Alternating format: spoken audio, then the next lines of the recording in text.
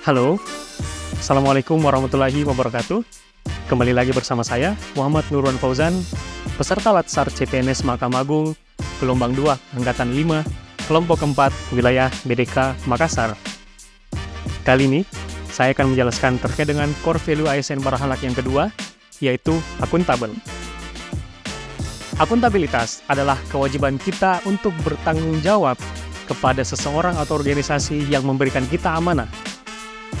Dalam konteks sebagai seorang ASN, adalah kewajiban kita untuk mempertanggungjawabkan segala tindak dan tanduk perbuatan kita sebagai pelayan publik kepada atasan, lembaga pembina, dan lebih luas kepada masyarakat.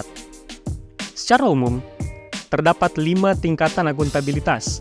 Yang pertama, akuntabilitas personal. Yang kedua, akuntabilitas individu. Yang ketiga, akuntabilitas kelompok. Yang keempat, akuntabilitas organisasi. Dan yang terakhir, akuntabilitas stakeholder. Akuntabilitas sering dikaitkan dengan yang namanya integritas. Kedua hal ini diakui sebagai dasar dari sebuah administrasi negara. Integritas juga menjadi dasar dari upaya-upaya dalam pemberantasan korupsi. Perilaku korup yang dilakukan oleh oknum penyelenggara negara dapat dicegah melalui penanaman nilai integritas, baik di setiap diri maupun dalam sistem yang dibangun di setiap instansi. Oleh karena itu, terdapat 2 panduan perilaku akuntabel. Yang pertama, melaksanakan tugas dengan jujur, bertanggung jawab, cermat, disiplin, dan berintegritas tinggi. Rakyat merupakan pemegang kedaulatan di negara ini, sebagaimana tertuang di dalam Undang-Undang Dasar kita. Rakyat jugalah yang memberikan kita amanah sebagai pelayan publik. Pajak yang mereka bayar akan membayar kita dalam bentuk gaji, dan kita harus mempertanggungjawabkan kinerja kita dengan memberikan pelayanan yang terbaik kepada masyarakat. Yang kedua, menggunakan kekayaan dan barang milik negara secara bertanggung jawab, efektif, dan efisien.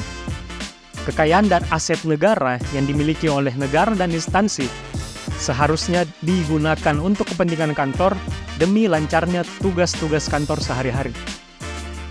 Penghematan anggaran juga dapat dilakukan ketika fasilitas kantor digunakan sebagaimana mestinya. Maka, pengawasan, monitoring, dan evaluasi senantiasa harus dilakukan agar dapat mencegah penyimpangan-penyimpangan yang terjadi. Kemudian, core value ASN yang ketiga, yaitu kompeten.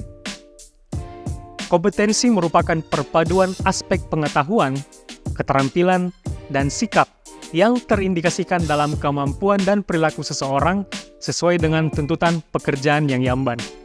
Berdasarkan Peraturan Menteri Pan-RB Nomor 38 Tahun 2017 tentang standar kompetensi jabatan ASN, setidaknya ada 3 kompetensi yang mesti dikuasai oleh seorang ASN. Yang pertama adalah kompetensi teknis. Kompetensi teknis adalah pengetahuan keterampilan dan sikap atau perilaku yang dapat diamati, diukur, dan dikembangkan yang spesifik berkaitan dengan bidang teknis jabatan. Kemudian, kompetensi manajerial yang merupakan pengetahuan keterampilan dan sikap atau perilaku yang dapat diamati, diukur, dikembangkan untuk memimpin dan atau mengelola unit organisasi. Dan yang ketiga adalah kompetensi sosial kultural. Kompetensi sosial kultural adalah pengetahuan, keterampilan, dan sikap atau perilaku yang dapat diamati, diukur, dan dikembangkan terkait dengan pengalaman berinteraksi dengan masyarakat yang majemuk dalam hal agama, suku, dan budaya, perilaku dan wawasan kebangsaan, etika, nilai-nilai moral, emosi, dan prinsip yang harus dipenuhi setiap pemegang jabatan untuk memperoleh hasil kerja sesuai dengan peran, fungsi, dan jabatan. Kemudian panduan perilaku kompeten dalam core value ASN antara lain, yang pertama, meningkatkan kompetensi diri untuk menjawab tantangan yang selalu berubah. Dunia dan tantangan masyarakat yang selalu berubah-ubah mengharuskan kita untuk selalu mengembangkan kompetensi dengan terus belajar sehingga dapat memaksimalkan kinerja kita di instansi kita. Kemudian yang kedua adalah membantu orang lain belajar. Selain diri kita sendiri yang harus belajar, kita juga dapat berupaya mendorong teman sekantor kita, rekan-rekan kerja kita, untuk dapat meningkatkan kompetensi diri, sehingga akan menghasilkan kompetensi organisasi yang lebih maksimal lagi. Yang ketiga adalah melaksanakan tugas dengan kualitas terbaik. Apabila kita dan rekan kerja kita sudah meningkatkan diri dengan mengasah kemampuan, dengan belajar dan terus belajar, maka tentu diharapkan tugas dan kinerja yang dihasilkan dapat memiliki kualitas yang terbaik.